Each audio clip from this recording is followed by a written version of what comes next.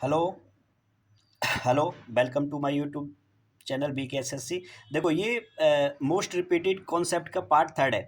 Question ये लिखा हुआ है आपके आगे, मैं बस आपको एक्सप्लेन कर रहा हूँ, क्वेश्चन आप पढ़ लेना। आय आय में से अगर खर्च को घटाते हैं तो बचत बचता है, ठीक है। अब क्वेश्चन क्या कह रहा है, देखो उसकी आय 33/1/3 बचत करती है, यानी आय का, यानी 33/1/3 का परसेंट का क्या मतलब होता है भैया? इसका मतलब होता है एक बटे, इसका मतलब कितना होता है 1/3। तो यानी 3 मेरे पास आय थी, एक उसने बचत कर ली, तो मैंने 3 को लिख दिया 300, ये वाला। और एक एक यानी बचत किया तो यानी 100, तो खर्चा कितना हुआ होगा 200 रुपये।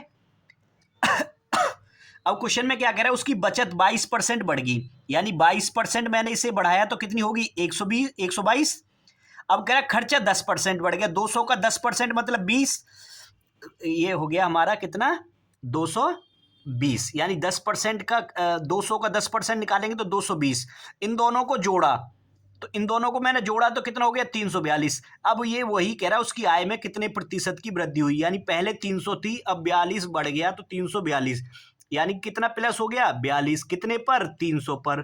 तो 100 पर कितने का होगा, ये काटोगे तो ये हो गया भैया 14%, यानी कि 14%। क्लियर, ये बात क्लियर होगी। ऐसे ही ये क्वेश्चन देखो, 66 सही 2/3 खर्च करता है, यानी कि 3 रुपए था उसने 2 खर्च कर दिए, यानी 3 रुपए था 2 रुपए खर्च कर दिए, तो बचाया कितना 1 रुपया। यानी मैं इसे 300 मान लेता हूं, इसे 200 मान लेता हूं, इसे 100 मान लेता हूं।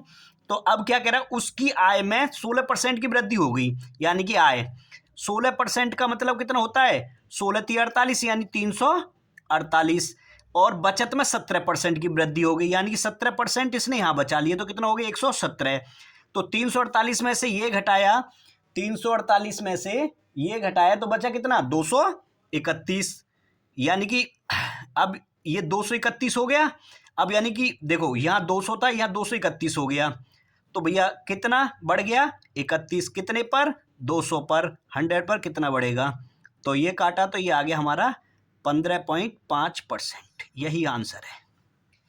देखो ये क्वेश्चन के बहुत सारे कॉन्सेप्ट होते हैं, लेकिन इससे जी कोई कॉन्सेप्ट नहीं है, ठीक है। इसे करो और समझ में आए तो इसे फॉलो करो, लाइक करो, सब्सक्राइब करो।